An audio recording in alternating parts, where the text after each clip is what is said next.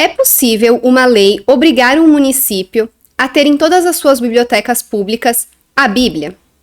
Hoje a gente vai analisar uma decisão que analisou justamente a constitucionalidade ou inconstitucionalidade de uma lei municipal que obrigava justamente isso, obrigava o município de Sorocaba a ter em todas as suas bibliotecas públicas a Bíblia, inclusive em escolas públicas. Para quem não me conhece, meu nome é Michelle, eu sou advogada e mestre em Direito pela PUC-SP e professora universitária. Aqui no canal a gente analisa os precedentes judiciais, porque não basta a gente saber o que diz a lei escrita, a gente sabe como ela está sendo interpretada pelos nossos tribunais para garantir segurança jurídica, igualdade e legalidade.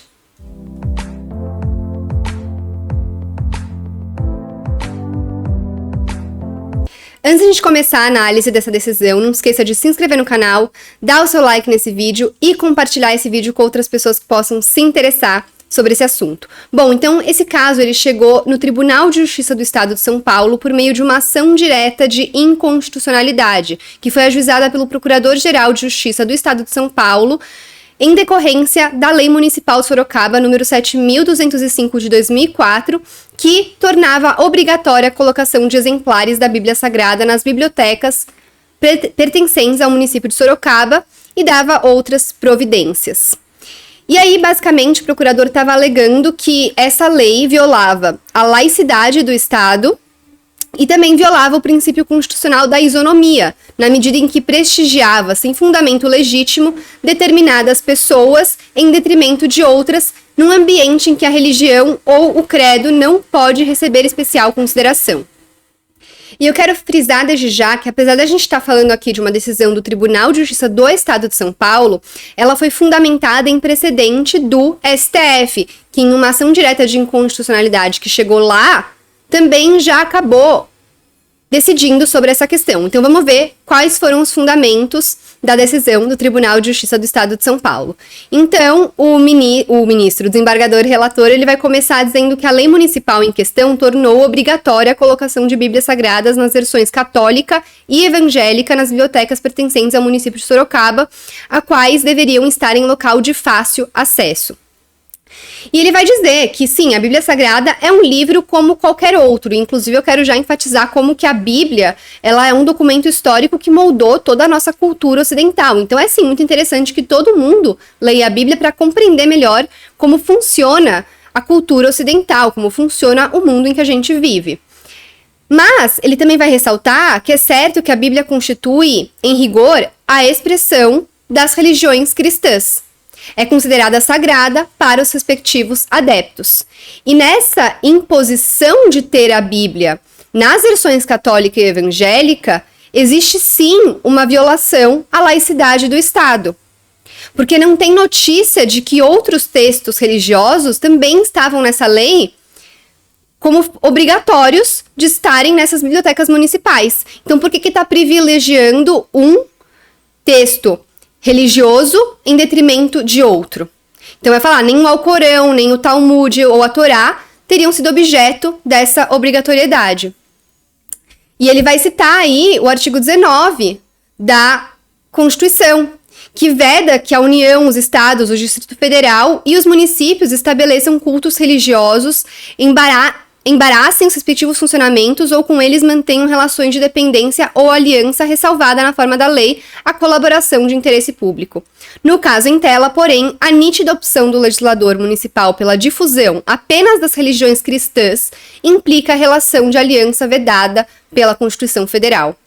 E aí que ele vai citar um precedente do STF, que na verdade em mais de uma oportunidade já entendeu nesse sentido. Então ele vai citar a ação direta de inconstitucionalidade número 5.258 do Amazonas, em que o plenário virtual decidiu que é inconstitucional, por ofensa aos princípios da isonomia, da liberdade religiosa e da laicidade do Estado, norma que obrigue a manutenção de exemplares de determinado livro de cunho religioso em unidades escolares e bibliotecas públicas estaduais.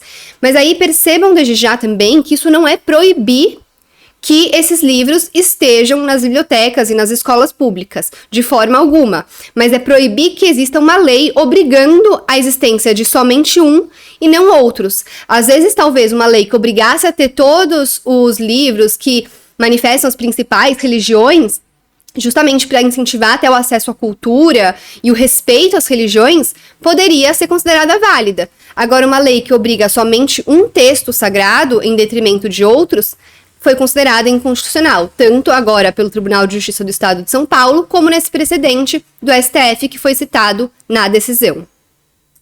Essa decisão também vai citar que o próprio Tribunal de Justiça do Estado de São Paulo também já julgou inconstitucionais outras leis que determinavam que a Bíblia Sagrada ficasse sobre a mesa da Câmara Municipal, porque também ter lá uma obrigação de ter uma Bíblia em cima de uma mesa de uma Câmara Municipal também violaria a laicidade do Estado. Então, ele está até colocando aí a coerência dos fundamentos. Se a gente entendeu que uma lei que obriga a existência da Bíblia numa mesa na Câmara Municipal, por que a gente não vai decidir que é inconstitucional uma lei que obriga a ter em todas as bibliotecas de um município?